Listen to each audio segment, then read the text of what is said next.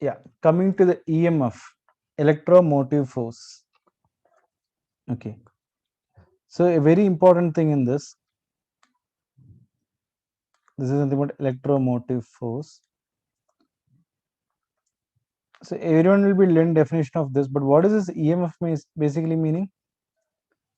Maximum voltage. So suppose a battery is there, which can give us 220 voltage. In battery, it is written 220 voltage. So maximum it can give is what? 220 voltage. So that is the EMF. EMF is nothing but what? Maximum voltage of a battery. Okay. And in the Daniel cell, we have discussed about the two electrodes. Correct? One is the cathode, which was copper. That is on the right hand side. On the right hand side, I drew that thing. The other one is what? The anode. That is my zinc, which I drew on the LHS, left hand side. Correct. So there is something called, why I told this EMF is nothing, but there is something called standard EMF of a cell. Correct. For everything there is a standard or there is a measure, right? There is a criteria to measure. So here for EMF also, for a battery also, there is a standard EMF. How is it calculated? This is E cell, EMF, correct? Electrode potential. E naught is also called as what? E is called, I'll tell you what is this E basically called. It's called EMF. First thing, it's called electrode potential,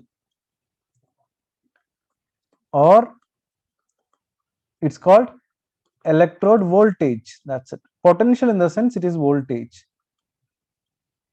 Okay. Or we can say it is again maximum voltage. Maximum voltage. So with this E, if I put a circle here, yes, it will become standard.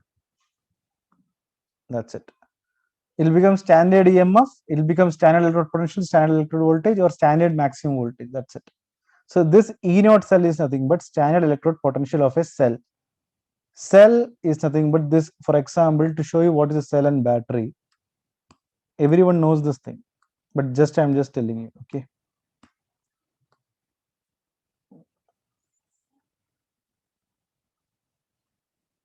This is basically my cell.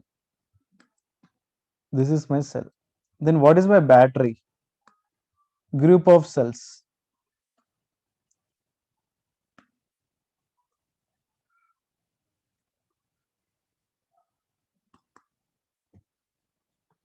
Group of cells is nothing but my battery.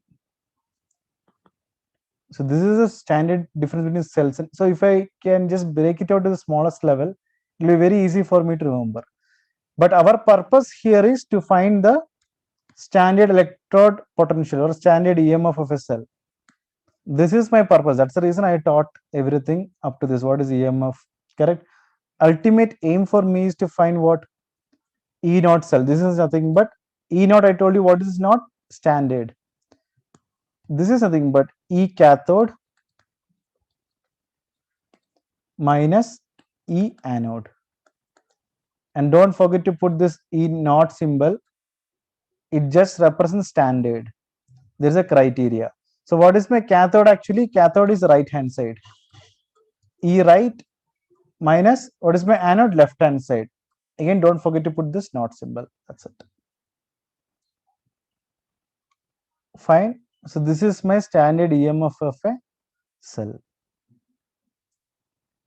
Now coming to the next one, Gibbs free energy, which I learned in our class 11, delta G, change in Gibbs energy.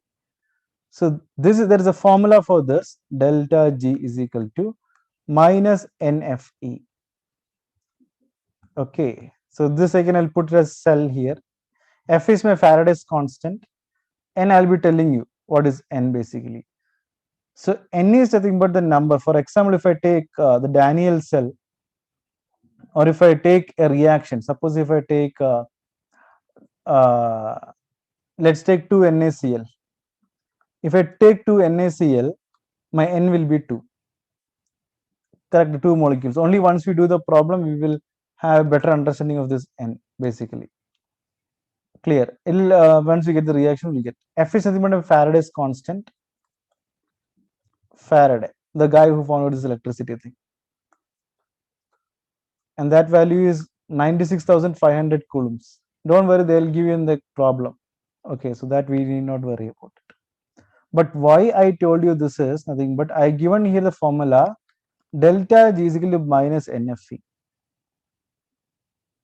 Okay, the importance of this is very critical.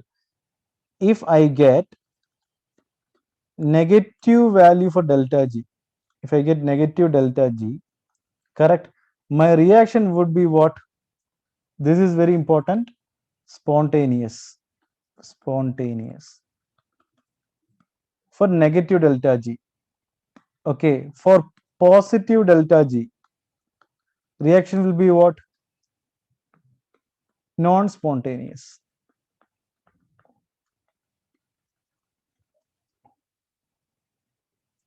Fine. So this is what I had to tell you.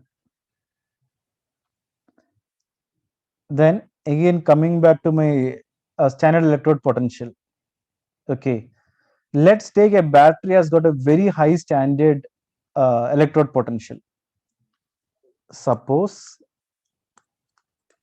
a battery or a cell, whatever it is, battery or cell. These are understanding here. Okay, has got a very high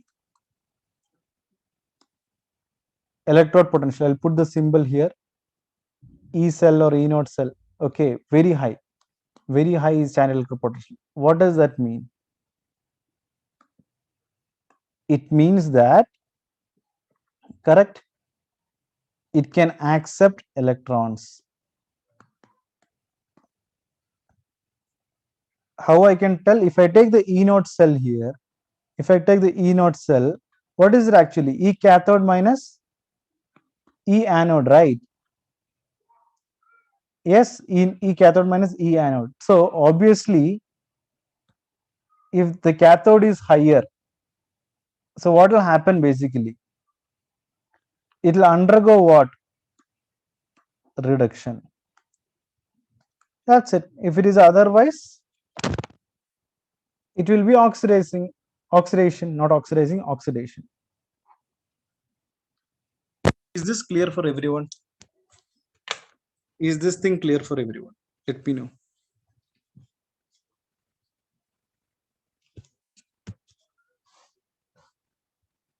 Clear. See, again, what I'm trying to tell is I'm not teaching you any new thing. We know what is oxidation, we know what is reduction, correct? End of the day, I'm just using my common sense here. What is the common sense here? E naught cell, that is my common sense.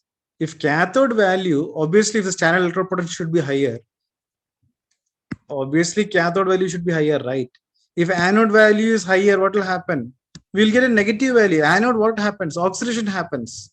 Cathode, what happens? Reduction happens. Red cat, reduction at cathode. Anox, and anode, oxidation happens. Correct. So these are the things which I want to tell you. Clear up to this, everyone?